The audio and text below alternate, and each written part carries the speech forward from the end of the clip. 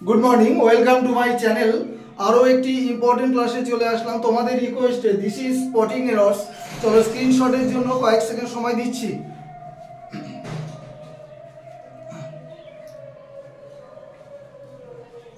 चलो क्लासटा शुरू करी। अनेक दिन पर क्लासटा दिलाम जे माने स्पटिंग एरर्सের মধ্যে এত ইম্পর্টেন্ট ক্লাস। देखो पाँचटा एरर्स আমি সেট করেছি। তোমরা এগুলোকে এসএসসি স্পেশাল ধরতে পারো, কারণ এসএসসির বিভিন্ন এক্সাম থেকে এরর্স গুলো আমি কালেক্ট করেছি। চলো ক্লাস শুরু করি। কি বলেছে প্রথমটা দেখো, আই ডোন্ট ওয়ান্ট মানে কি আমি চাই না, টু লুজ ইট মানে এটি হারাতে। এখন বলবে এখানে L double O S E loose এর বাংলা মানে কি? এই লুজের বাংলা মানে আলগা করা বা আলগা। এটা কিন্তু ভার্ব ফর্মেও হয় বা তোমার অ্যাডজেক্টিভ ফর্মেও হয়। লুজ বুঝে নেবে, L double O S E loose verb form, Bangla মানে আলগা করা। আবার এটা কিন্তু অ্যাডজেক্টিভ ফর্মে, যেমন ধরো লুজ শিট, শিট যদি নাউন হয় তাই নাউনকে যে বর্ণনা করে তাকে অ্যাডজেক্টিভ বলে, তাহলে লুজ শিট। তাহলে এখানে কি হবে? কোনো কিছু হারানো। তাহলে কোনো কিছু হারানো ইংরেজি কি হয়? Lose, lost, lost. তাহলে সেই লুজ স্পেলিংটা কি? এলও এসি, অনেকে এটার উচ্চারণটা লস বলে, সেটা আবার L O double S, profit and loss. ম্যাথে করেছো তোমরা, কিন্তু এখানে কিন্তু এটার পরিবর্তন হবে এল ও এস ই, লুজ। এটার উচ্চারণ লুজ। এটাও ভার্ব ফর্মে, বাংলা মানে কোনো কিছু হারানো। তাহলে I don't want to lose it, আমি এটাকে হারাতে চাই না। তাহলে আমার হচ্ছে সি বা 3 নম্বর পার্টে ভুল আছে। মিনিং গুলো লিখে নেবে। এল ডাবল ও এসি এটার মানে আলগা বা আলগা করা, আর এটার বাংলা মানে লুজ মানে কোনো কিছু হারানো, লুজ, লস্ট, লস্ট। নেক্সট দেখো, do not get panicked in emergency, অর্থাৎ সংকটকালে তুমি ভয় পাবে না। তো এই যে PANIC কে প্যানিক, এটা যে ভার্ব ফর্মে, বাংলা মানে হচ্ছে ভীত হওয়া বা ভয় পাওয়া। তাহলে সেন্টেন্স স্ট্রাকচার সবাই জানো, ডু নট যদি শুরুতে থাকে তার পাশে অবশ্যই V1 বসে।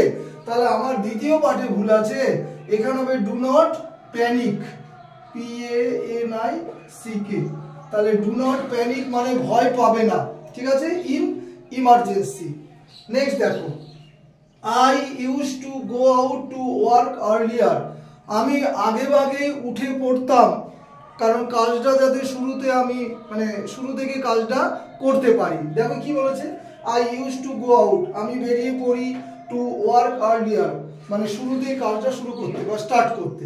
তাহলে এখানে লজিকটা কি হচ্ছে? লজিকটা হচ্ছে অতীতকালে অভ্যাসগত ঘটনা বোঝাতে সাবজেক্টের পর ইউজ টু বা উড ব্যবহার করা হয়। কি বললাম? পাস্ট হ্যাবিট, অর্থাৎ অতীতকালে অভ্যাসগত ঘটনা বোঝাতে সাবজেক্টের পাশে ইউজ টু হয়, ঠিক আছে, ইউজ টু। এটা একটা মডালস, প্রত্যেকেই জানো। তো এখানে দেখো ইউজের জায়গায় কি হবে? ইউজড হবে, ইউজড হলো। তাহলে I used to go out to work earlier, তাহলে এটা পাস্ট হ্যাবিট বোঝাতে সাবজেক্টের পর ইউজ টু প্লাস V1 হবে। অর্থাৎ I used to get up early in the morning, আমি ভোরবেলা ঘুম থেকে উঠতাম। I used to walk in the morning, আমি সকালবেলা হাঁটতাম। Next, I must compliment you on your good manners, তোমার ভালো আচার আচরণ, এই কারণে আমি তোমার কি করব? প্রশংসা করব। ভেরি ভেরি ইম্পর্টেন্ট, এটা একটা এরর কারেকশন। দেখো সেন্টেন্সে কি আছে? মাস্ট হচ্ছে প্রত্যেকে যেন মডাল, তাহলে মডালের পাশে কি বসে? বা V1 বসে। এখন কমপ্লিমেন্ট মানে কি? কমপ্লিমেন্ট মানেটা হচ্ছে যে কোনো কিছু পরিপূর্ণ করা। তো এখানে হচ্ছে যে আমি তোমার ভালো আচরণের জন্য আমি তোমার প্রশংসা করব। তো প্রশংসা করা ইংরেজি কি হয়? কমপ্লিমেন্ট। স্পেলিংটা কি হয়? COMPLI হয়, এখানে আই হবে একটা। তাহলে COMPLIMENT, I must compliment you on your good manners. আর এই কমপ্লিমেন্ট মানে কোনো কিছু ধরো শেষ করতে পারোনি, তুমি শেষ করছো, কমপ্লিমেন্ট শেষ করছো, পরিপূরক। তাহলে এখানে ই এর পরিবর্তে আই হবে, বুঝে নেবে। বাংলা মানেটা কি? বাংলা মানে হচ্ছে প্রশংসা জানানো বা প্রশংসা করা, ঠিক আছে। নেক্সট দেখো 5 number, I will send my servant, আমি আমার সার্ভেন্টটাকে মানে চাকরটাকে পাঠিয়ে দেবো আপনার কাছে, but I cannot ensure, কি বলা আছে এখানে, ইনশিওর, মানে লজিকটা হচ্ছে চাকরটাকে পাঠাবো কিন্তু আমি নিশ্চিত করে বলতে পারছি না যে সে সময় মতো পৌঁছাবে কিনা। সাইডে আরো ছিল, আমি লিখি নাই, বাংলা মানে বুঝে নাও, চাকরটাকে আমি পাঠাবো তোমার কাছে কিন্তু আমি নিশ্চিত করে তোমাকে বলতে পারছি না যে সময় মতো সে পৌঁছাবে কিনা, সেটা তার ব্যাপার নিজের। তাহলে এখানে শব্দটা ভালো করে বুঝে নাও। ইন্স্যুরেন্স কথাটা শুনেছো তো, ইন্স্যুরেন্স গাড়ি বা জীবন এর বীমা করে, তাহলে এটা ইনশিওর, এটা মানে গাড়ি বা জীবন বা কোনো সম্পত্তির কিছু বীমা করা, তাই না? তাহলে এখানে লজিকটা হচ্ছে নিশ্চিত করে কিছু বলা, তাহলে এখানে ইনশিওরের পরিবর্তে হবে অ্যাসিওর। এই অ্যাসিওর মানেটা হচ্ছে নিশ্চিত করে কিছু বলা, এটা বলে শিওরি, টু মেক অফ শিওর মানে অ্যাসিউরিটি যাই বলো।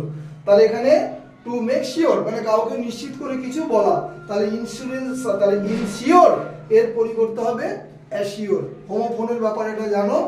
আর অবশ্যই অনেকদিন পর ক্লাসে হোমওয়ার্ক দিয়েছি দুটো, দেখো দুটোই কিন্তু one word, most important, option দিলে হয়তো স্পেসটা খেয়ে নিত, দুটো দিয়েছি, গভর্নমেন্ট বাই ফিউ পার্সন বা government run by a few person, ওটা কোনো বিষয় না, দেখেই বুঝে নেবে ফিউ পার্সন, আর দ্বিতীয়টা গভর্নমেন্ট বাই দ্য রিচ, ঠিক আছে, মানে নিশ্চয়ই বলবো না। তাহলে এই দুটোর ওয়ান ওয়ার্ড কি হবে তোমরা প্রত্যেকে কমেন্ট সেকশনে জানাবে, ঠিক আছে?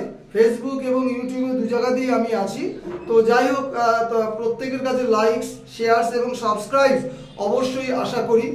দেখো এর আগে যখন ক্লাস শুরু করেছিলাম তখন আমার ফোনের কারণে নিশ্চয়ই ডিস্টার্ব হয়েছে, আওয়াজের অনেকে কমেন্ট করেছে, যাই হোক তাদের জন্য আমি কোনো দুঃখিত নেই, তারা তাদের মতো করে কমেন্ট করেছে। নতুন ফোনে করছি, সাউন্ডের খুব একটা সমস্যা নেই, সাইডে কোনো সাউন্ড হতেই পারে। যা ক্লাস শেষ করছি, হ্যাভ এ গুড ডে।